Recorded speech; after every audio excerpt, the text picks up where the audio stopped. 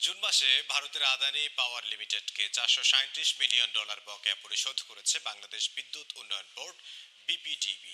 আদানির সব পাওনা মিটিয়ে দিল বাংলাদেশ। চলতি বছরের 31শে মার্চ পর্যন্ত যে বকেয়া ছিল তা সম্পূর্ণভাবে পরিশোধ করা হয়েছে বলে সংশ্লিষ্ট কর্মকর্তারা নিশ্চিত করেছেন। ভারতের আদানি পাওয়ারের সরবরাহকৃত বিদ্যুতের বিপরীতে 43,70,00,000 বকেয়া পরিশোধ করেছে বাংলাদেশ বিদ্যুৎ উন্নয়ন বোর্ড পিডিবি।